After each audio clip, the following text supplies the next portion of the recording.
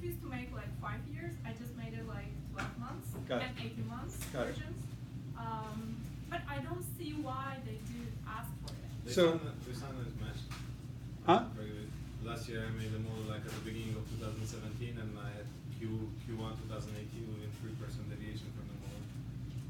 You did what with the model? Less than 3% deviation. Oh, that's pretty good. 3% deviation, that's pretty awesome. A year forward. But here's the deal. I bet your deviation will go up 5 years from now. Oh, wow. Yeah. So See, this is what I'm saying. It's like 5 years. I mean. so here's the deal. So since we're talking about financials, I skipped the financials because point number one, because we're talking about exits. Okay. Here's a really specific template I can give you to what I have seen work really well in a financial presentation. I gave this presentation to that angel group I'm a part of. They actually applauded when I put this up. They were so happy. Not because I'm brilliant, but because it's such a relief. Because oftentimes, by the way, this is what you see. Yeah. Has anybody ever seen this in a presentation? No, they want to. Do any of you have it in your presentation? Look at me putting my finger up like I'm gonna shame you for putting it. A lot of people put it in there, but here's the thing about and this, by the way, just out of curiosity, this is what they ended up putting in. They worked with me and they ended up putting that in there, which is really good. It actually being really, they didn't talk about acquisition at all. Like, here's what a financial slide is meant to do. Point number one, talk about revenue. Presuming your company is a revenue-based company, because some companies, like medical device companies, like revenue's not part of the puzzle. But if your company has revenue, and that he had a thing over, I have a thing over there for a number of customers, not critical, but whatever, a revenue ramp where you say, this is what we, yeah, go ahead. I just have a question, but sorry for interrupting. Just a few days ago, we were talking at Turkish, the co-founder of startup here. So he achieved to got many investing in here. So he just kind of recommend that don't mention about revenue, because if you talk about revenue, that you will ask like, what will you do next? Like you need to increase that part, right? But if you don't talk about revenue, if they like the product, moreover, if they like you, then that's the point. This is all emotional. This is why he said, like, don't talk about the details here, because you'll ask more. I actually agree with him. Believe it or not, I agree with him, which is the real point that he's getting at is what investors really want to do is like they want to connect with you, and they can connect with you in that problem and solution when it's simple. That's number one. Point number one is I absolutely agree with him, because if you don't have that, this stuff doesn't make any difference. In fact, if you don't have that and you put this up, then they're really lost, right? Yeah. They're just lost. And so I can definitely see a case for not wanting revenue. That may be possible, but most groups want it. But the point is, it's not really necessarily about what the number actually is. It's the progression, and it's number one, describing what your business model is. How am I going to make money? And if you take the annual revenue out and you just put in your business model and said this is how they want to know at some point how you're going to make money if you're a revenue company, right? So I'd love to have a conversation with him, because it would be interesting to have that conversation. But the point here is don't talk about expenses, because if you're in an investor presentation and you're talking about your contractor expenses in year 4, you are wasting your time. It is a waste of time. What this slide does, it says, this is what we think we're going to get to by the 4th year, and we are here to raise $500,000. It's so squeaky. It's annoying here. I'm so sorry. That's all right. Yeah. At a certain point, I looked down and goes, are those my shoes? Are those shoes making that noise? Anyway, so then the next thing he says, oh, I'm going to raise $1 million or $2 million, like you said. What they want to know is where are you going to put the money? On a top level, like, it's usually a combination of marketing and sales, product development, we're going to hire some key people, whatever it is, right? But it just says this is how we're going to do it. And then the last point I always say is put in 3 to 4 potential acquirers and put their logo in there. Just cut and paste the logo. That's a really simple financial slide that I've seen be very, very effective. Do you really think that this potential acquirers is important? Because usually most presentations will be exactly the same logos. Google, Amazon, and like, you know, to others.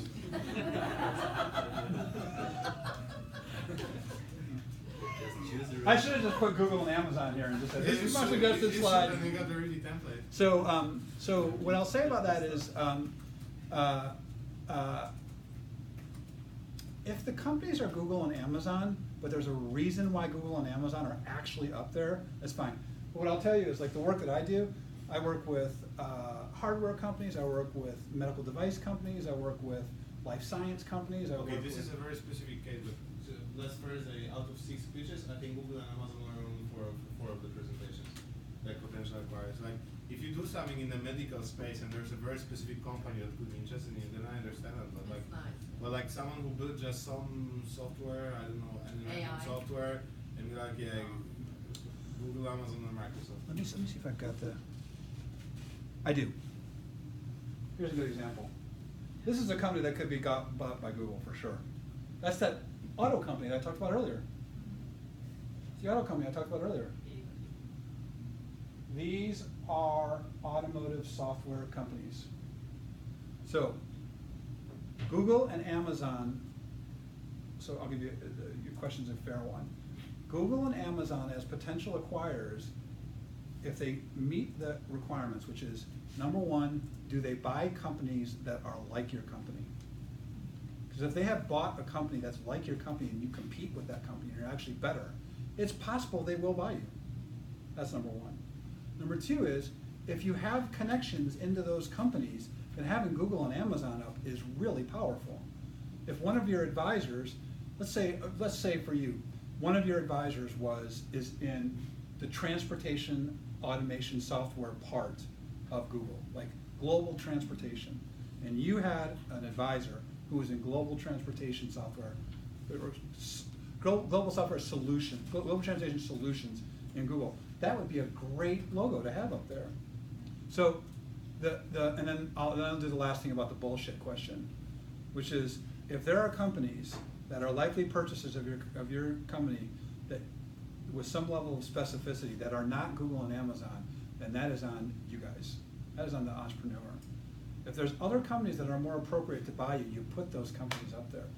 Even if you don't have, but not, all I can say is not mentioning an acquisition path, it frustrates investors. Because does anybody remember what one of the most common questions on the investors' minds is when they're watching a presentation? Does anybody remember it? Multiple.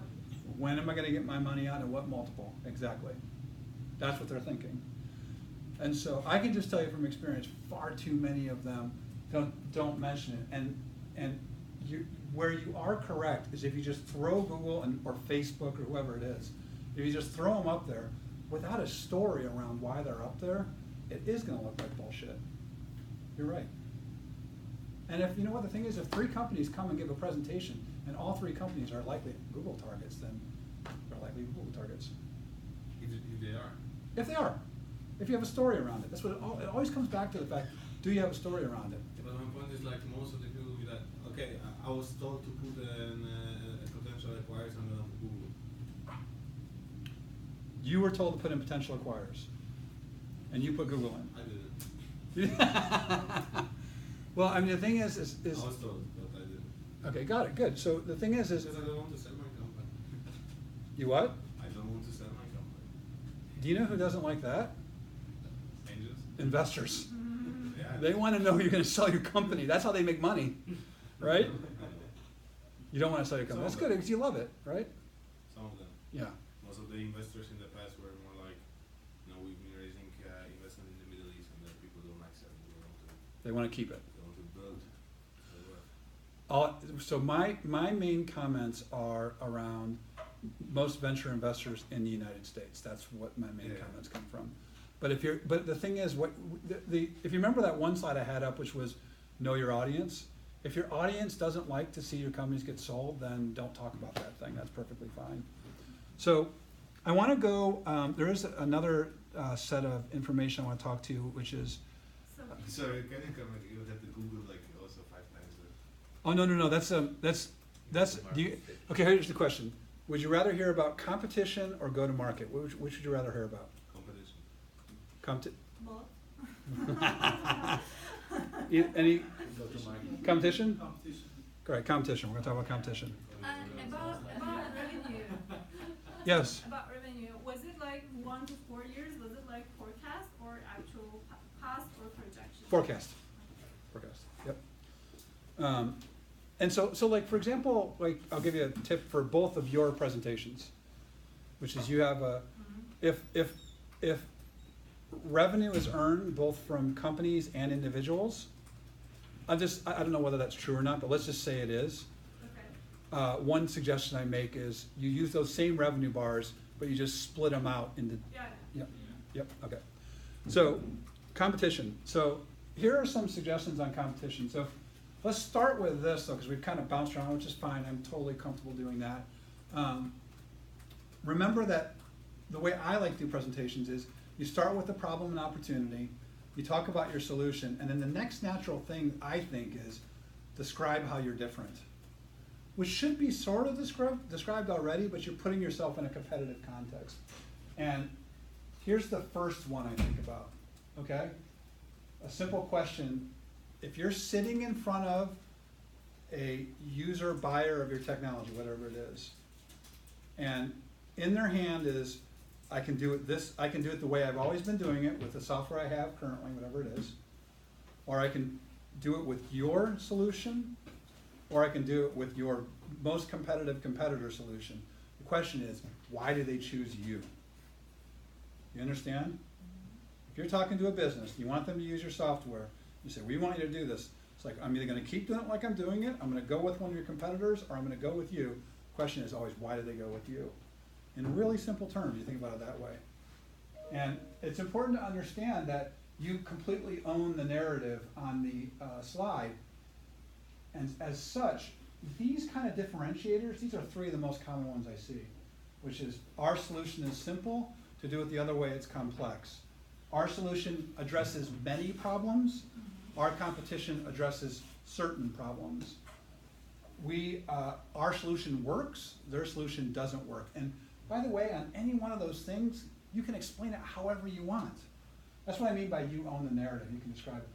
The one thing I don't suggest in a competition slide is price.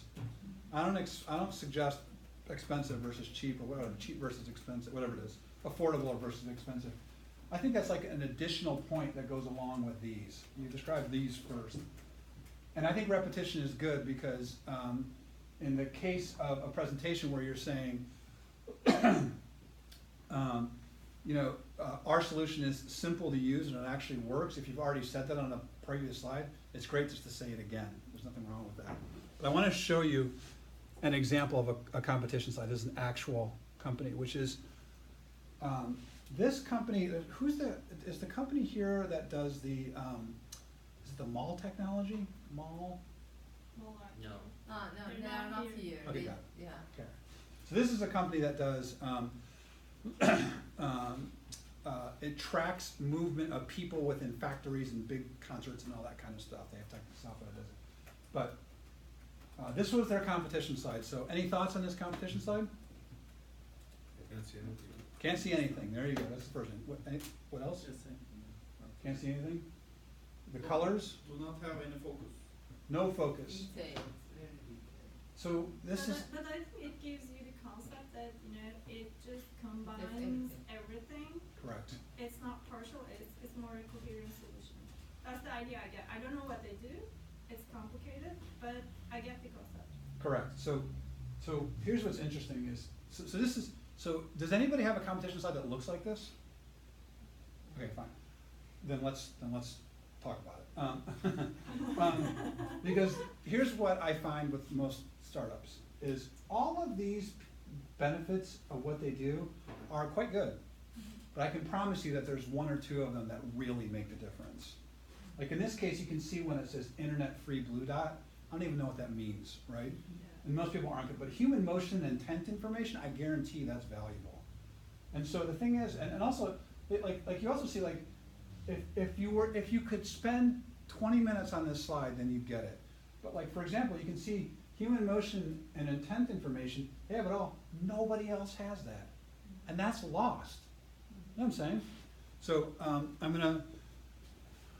gonna skip past this part, where because I've already sort of talked you through it. But I'm gonna give you one more example. This is a company that I worked with. They're named Finect, and they got I think the number was it's either $2 or $3 million of financing, and they got some money through the angel group that I'm a part of. But thoughts on this slide? Font is really small. Yes. Oh, there you go. Back from the back room. From the back room. From the back room. Oh, wait, here we go. Hey, throw it in there. Come on, don't worry about it. Yeah. I kind of want to like have a little Nerf gun that she shoots between that thing to get my attention, like they're right between that thing. You know what I'm saying?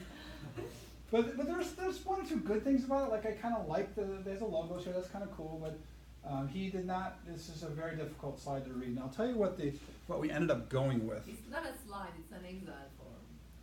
It's a what? It's not a slide, actually, it's an Excel. It's a magic. Yeah, exactly. It's really difficult to read. And so this is what we ended up going with.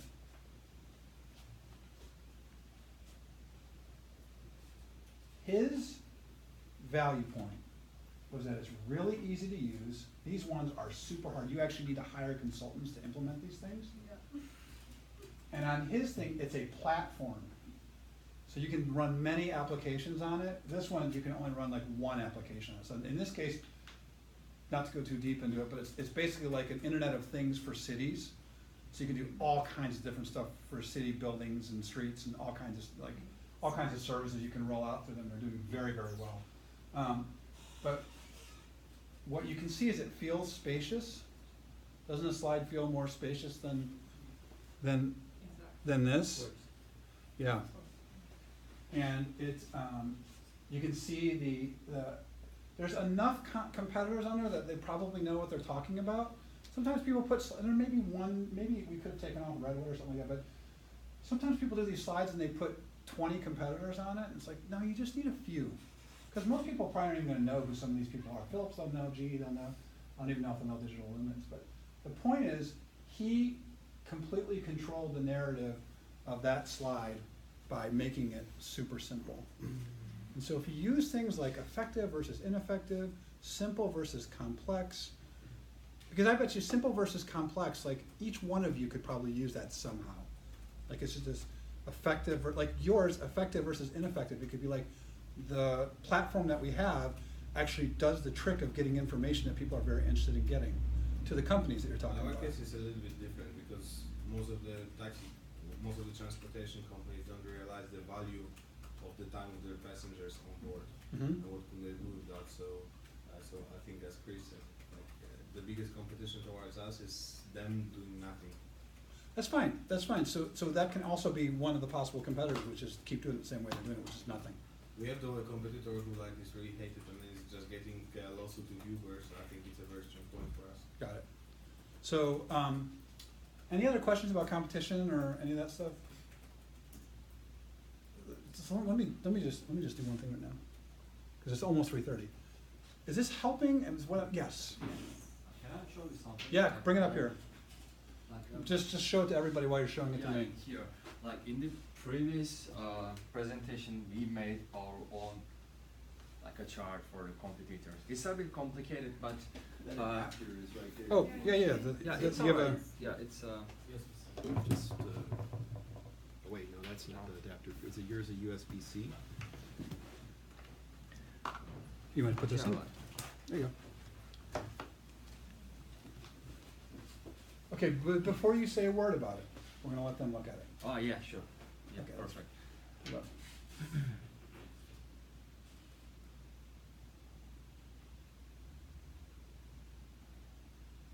Is this it right here?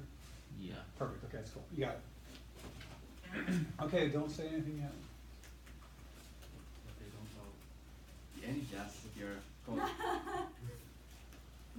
Makes you wanna go play a game, there's a lot of balls, right? A lot of balls. But you need to know the product. Like I will just sum up. You need to know custom scenarios and Bluetooth scenarios. Yeah, like what are they? Like in our gadget, like you can do many things, like from home security to bike to campers or blah blah, like the kid protection and everything. So there are competitors. So I'm saying here the red circle suggests here are built-in scenarios. Like what can we do in here? So I kind of like can do what Tile or Hue or Nest is doing in here. Yeah. And this part is custom scenarios, which our customers are creating new scenario, which even we don't know the problems exist. They know the problem, so they create their own and they share. Mhm. So I can even do now here more than, like consists more Nest what he's doing, kind of. Yeah. So we try to explain this here. So I said like carbon dioxide we can do with the car, the bike, Yeah. and everything. Mhm. But at the end, it turned out like the investor asked me like, so you're doing what Tile is doing. So That's what they asked? Yeah. yeah. So which This is means how it looks like. Here, like Yeah, you're showing that if you you that don't- you yeah, don't have that the was my meshes. that was a mistake, kind of. So Because you put your logo and all other logos in the same Yeah. circle. but And- all I mean is that I can do what they are doing too. Okay, but you have to tell what your differentiation point is from Hue and Tile, because you're exactly in the same space with them, and I don't understand what's happening after custom scenarios, because that I look at or and Nest, This they area? also have something going out of custom scenarios, and I don't know what it is. Yeah. I mean, it's okay. Yeah, I got it. It's okay to use onion, I think this is called onion, but the way you put it, it's not exactly like onion, it's not like a Venn diagram, so it has, I can't associate it with some frameworks that I know before, it's completely new Yeah, some thing. that's a new. So But Well, we so- can so assume let- anything. So let me ask you a question. Are either one of you artists? We? Are you artists? Are either one of you artists? Yeah, we are both. That's why this slide is like this. I'm not actually not kidding you, like that is the slide built by an artist. Show it. This is great. Show Show the video. No. Show the video. What's the video? Well, come on, now you gotta see it. Show the video, you gotta show the video. I don't know what. Just the you video do All, is. all I can, what I can tell you, like, it would be hard for me to, go into it in detail, but it's actually a beautifully designed slide, but it's in the context of somebody who thinks like an artist. I don't. And the challenge is, most investors don't think like artists. They are not artists. Yeah, so, but what I'm saying is, my bet is, there's the things that you're, so what I think you're saying is, is that our thing can do all these things that these different things can do. Like, I'm familiar with Nest, I've never heard of Locket, Hue, or Tile, I don't know who they are. But we can do what these companies do, but if you had us, there's like this whole world that opens up to you, that you could do, that you didn't know you could do before. Yeah. Is that accurate? Yeah. Got it. Correct. Maybe you should like rename these circles like what everyone does, like what we do, like in the results, like if you Yeah, search- but in here I didn't mention what is custom scenario building It center doesn't mean about, like- but we like- are talking about that. all like the time. everyone use these services for one like thing, like to help them like to be in security, and like we do it as well, but we also like can do this like circle. Like, Yeah, so my bet is this thing tells us something, this built-in versus custom scenarios, because I think what it's telling me is that custom scenarios are where you get into this world where you never even thought about it. Like, this is designed to do a certain thing, but you don't think about what else it could possibly do for you, which is a whole lot of other stuff. You actually enable people to do things in ways they've never even thought of before. And so, let me ask you a different question. Are you actually, do you have product actually out there, or are you building it? No, we have. So people have bought, Yeah. people have bought, has anybody, do you have examples of people who have started in the circle and gotten out to the bigger circle? Yes. That's the story to tell. So the only thing you should put like, Hue makes smart lighting, Nest smart heating, someone That, else who are makes they? Yeah. smart blinders, and you make whatever you want smart. Like yours, Yeah, yours could this be like, is how I start actually presentation. so yours could be like the smart life, as opposed to just like the smart this, that, or the other thing, but, I think that, like, as challenging as it is, because I've separately worked with artists before, like just completely separately on other stuff, and was a stand-up comic for a while. Not a very good one, but I was one for a while. But so I get the artist's mind, and it's very difficult to think. Artist's way. Well, no. It's just when you have the artist way of thinking, it's hard to think in a really structured way. It's like very challenging to think about it in a structured way. And the structured, there's something about like the differentiation of what you guys do, which is like, it's like, narrow use versus many uses. Something like that, like there's just something about, this thing is designed to do this one thing, our thing is designed not only to do that thing, but to give you a bunch of other things you can do. And then the question becomes, like with something like that, the thing that I think of when I see your company is, how easy is that, how easy is your solution to use? Because is it for consumers? Yes. Got it. You can just talk. Got it. So as a consumer, when I use it, is it easy to use? Yes. That's probably a differentiator as well. It's like, You can talk. you can what? You can say to mimic. Oh, Do something. oh, you can actually tell it to do something. Like washing machine. Washing machine down. So there's something to those two combinations, which is you can use it to do a lot of different things, and it's easy to tell it to do it, those things, as opposed to maybe it's more challenging to use some of those other solutions. But so my reaction to your slide is it's beautiful. It's just not particularly effective. You know what I mean? Like you guys probably see it and think this makes perfect sense, and I see it and I'm like, it looks really nice. And so anyway, any other questions about competition? Time check. Okay, good. So the three things I had left that I was going to talk about. Yeah, go ahead. About the competition, but this is very my case specific question. Yeah. So can I use? So I want to convince my transportation companies to cooperate with me, because I will cooperate with them on their corporate level, instead of my competition who will work with their drivers against their will and. Yes. So do you think it's a valid point, or should I just skip it, because it's pretty confusing and it's complicated? So I'm trying now to target I hear you. Lyft and tell them I hear that you. work with me because I hear you. because Uber is swimming my competition Yeah. for doing the same thing, but from the other. I'd have to talk to you to get to know it a little bit better, because there's different ways. Like, let me actually give you a very quick answer to that question, which is, so that car company I just told you about. Remember the car company we looked Yeah. at? So there are, I don't know how many, hundreds of thousands of dealerships across the country, but instead of going to each one of those dealerships, there are dealer groups Yeah. that consolidate them. Mm-hmm. And there's like one group that has $2 billion in sales, Wow. or 20 billion, sorry. And my suggestion is go to that group, not to the dealers, because you're working really hard to get This dealers. is my approach. Yeah, so I think that's fine. I think you just got to articulate it that way. Mhm. Make sense? Yeah. Okay.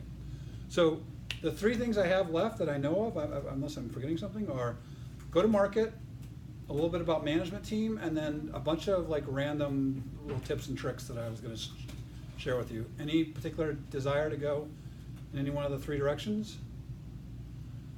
You guys want go to market, team, go to market? Anybody else? Go to market? Just go to market. Yep, go to market? Okay, we're going to go to market. So, Slides on- what do you want? Oh, what just happened? That's weird. Do you know what happened here, Jeff? Why is that, Jeff, do you know what, that's weird, what did I do? Not sure. It's weird. Has this thing been in there? No, I don't think so. We're using that. Is that your wireless clicker? Oh, right, yeah. Looks like it reverted back to your desktop. We are connected to the right channel here. Huh, weird. That's weird. Maybe unplug it for a second so you can see your screen without the distortion. It's hard to see on online. Okay.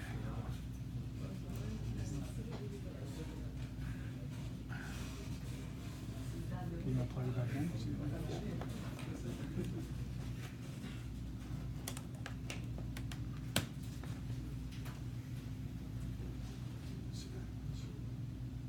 Huh, weird. Did it toggle? Did it Actually, hold on, let me try one other thing, hold on. There's one thing that it sometimes does. Sorry, you guys, let me just, let me actually try this. There it is. This fixes it.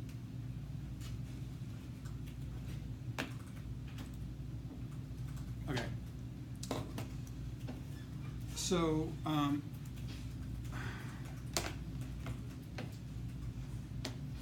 got it. Okay. Guys ready? Okay, we're on the home stretch. I know I've been talking for a long time. Any other questions before I start this last couple parts? Okay. So let's talk about go-to-market for a second. So here's what's happened so far in your presentation. You've talked about the problem, the opportunity, talked about your solution, talked about your competition. The next natural question they have is, how are you going to go get a bunch of customers? And that's what go-to-market is. And what I'll say is, a couple of things is, the model today has not changed much at all. It's pretty much the same thing. You have a company that goes to try and find a bunch of customers, and they use certain channels to get to those customers. And the thing is what is important in this is to start with what have you done. So if you've gotten customers and you've proven a go-to-market model so far, use that and say that, of course. But usually companies that are out there looking for financing, they're on the precipice of very large growth, and so they're usually bringing people on to do that. But let me just tell you an interesting thing is, so oftentimes people will come to me and they'll say, our solution is, you go in front of a group of investors and you say, our solution is well designed to solve problems in the finance industry. Okay? Our solution is well designed to solve problems in the finance industry. And the investors say, you lack vision. Okay? You don't have vision.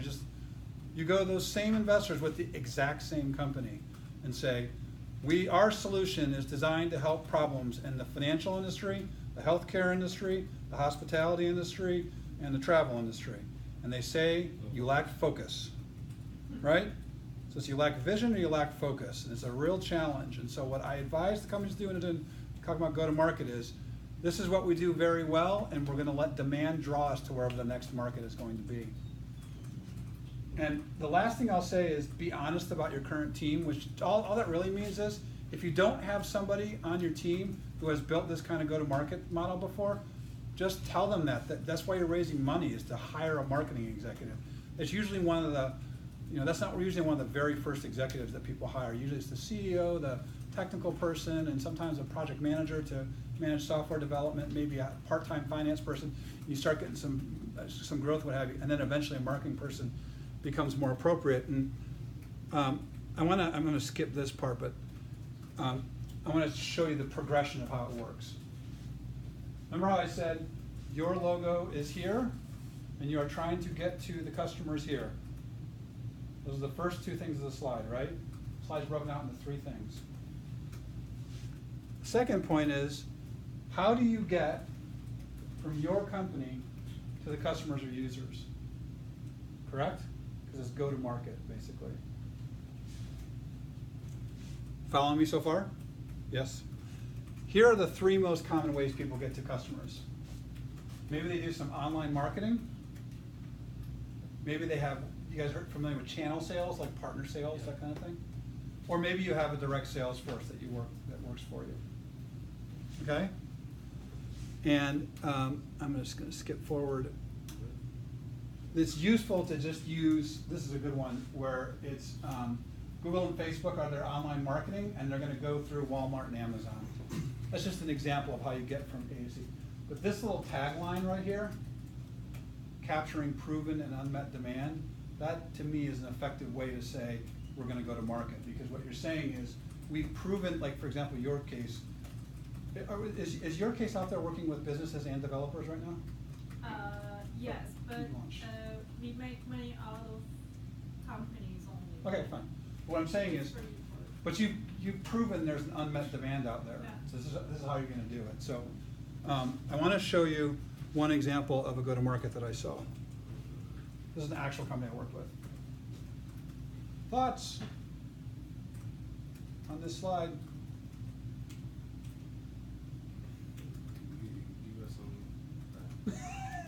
That's thought number one, which is an important thought. Thought number one is give me some time. I can't take it all at once. A lot of text there, right? There's years. It's just weirdly developed. So I said, I will tell you something. This is the challenge that I run into with entrepreneurs at times. I work with an entrepreneur. I spend time with an entrepreneur. I say, this is how I want you to do this. they're like, oh my God, this is awesome. I've never thought of it this way before. I'm totally gonna do this. I got exactly what you told me to do, and I'm gonna send it back to you. I said, do you want me to do it? And then have you review it? And they're like, no, I'm gonna send it back to you exactly what that's what this person did. I said, I'll do exactly what you said to me, because I showed them that structure I just showed you guys. I literally sent them the template and said, just fill it in. This is what he sent me. Which is, it's just, there's I don't know what you're talking about here, man. There's a bunch of logos. He's a smart guy too. The guy's really smart. He started like 3 companies that have sold for enormous amounts of money. And this is what he kicked back to me. One of the guys found But it's all nice. those logos from internet Google and then downloaded. Right, exactly. Copy and paste. It's So a all huge I'm amount. saying, like it's just, God bless entrepreneurs, because they say to me, I know exactly what you're talking about, Tim. I'll do exactly what you tell me, and then they kick me back this. You know what I mean? It's just all over the place, right? It's just whatever, you know. So this is what I ended up doing for them. Is you're going through 2 different. So what they are, just so you know, they're a company that has it's like a blindfold to deal with sleep apnea issues, because normally you have these big sleep apnea masks that are super uncomfortable.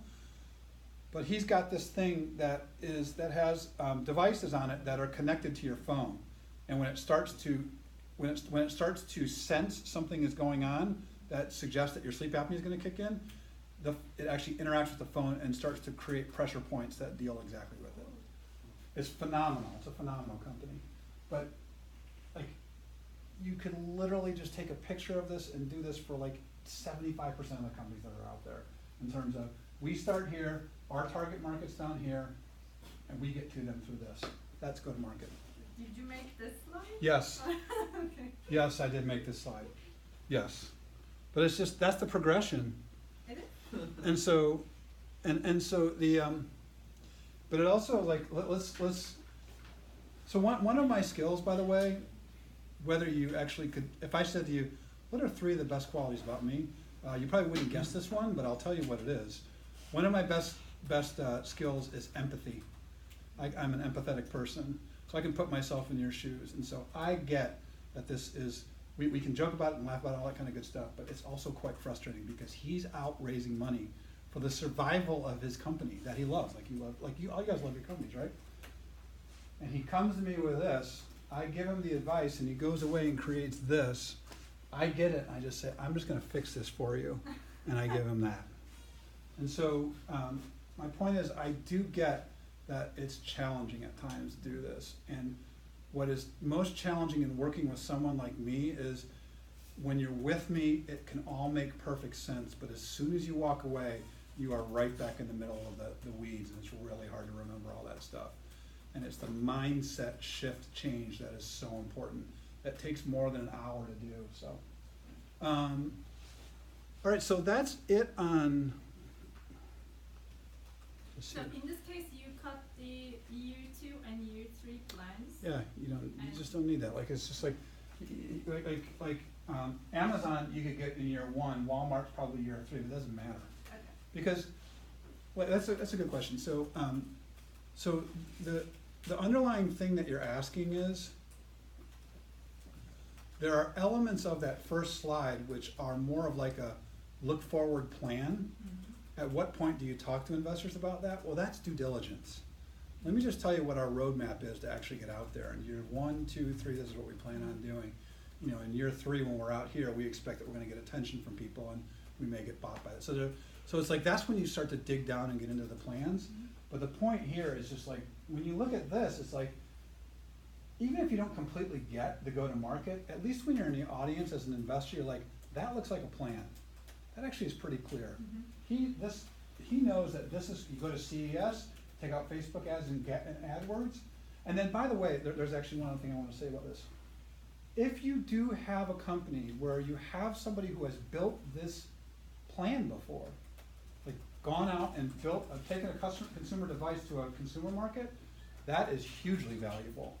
You can say, we know how to do this, right? Because that's the story you're coming to them with. Okay? Any other questions about go-to-market? Anybody? Okay, we're coming down the home stretch, you guys. I'm gonna, the last couple